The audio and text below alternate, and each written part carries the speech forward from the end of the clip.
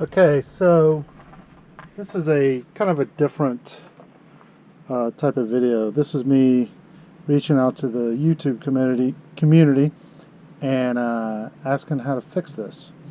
So my upper tailgate does not work.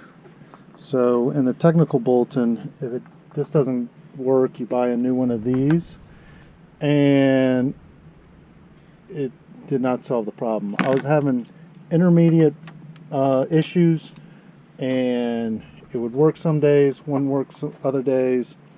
Some days it would work in the morning, wouldn't work in the morning, but it would work in the afternoon. But now it's not working at all. So here's what I've done to diagnose the issue. I know the switch is good. I've actually put another switch in there, and I've actually checked continuity when you press the button. I've actually, this wire comes all the way to the junction box before it goes into the CJB, it goes into another connector, the third one right here, and I've actually taken a wire, and to that exact same wire I created another ground right here, and when you push the button I get continuity. So I know the line is getting at least to this connector, and then you have another connector that goes into the bottom of the CJB. So either the CJB is bad or this connector going in there, but I don't think that's the issue.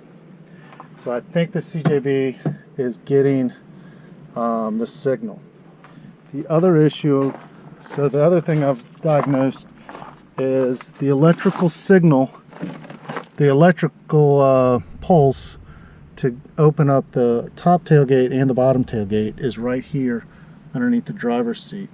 So it's essentially the thick black and purple is for the lower, and the thinner black and purple is for the top. I can actually give it some pulse, some voltage, using some other connectors here, and I created a ground, and when doing that it releases fine. So therefore I know my wiring is fine here all the way to the back. Now the other issue is there's supposed to be an override.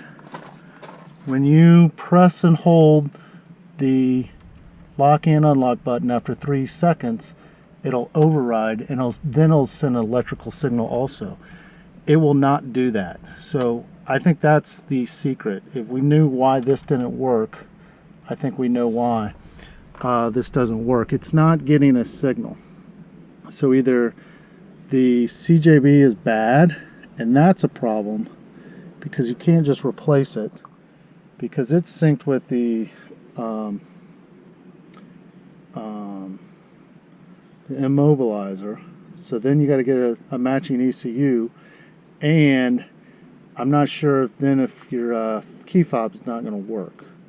So I need to investigate that. I mean, getting a CJB and replacing it's not the end of the world. Now, I did take out the CJB months ago while I was diagnosing the water issue, getting in from the sunroof drains.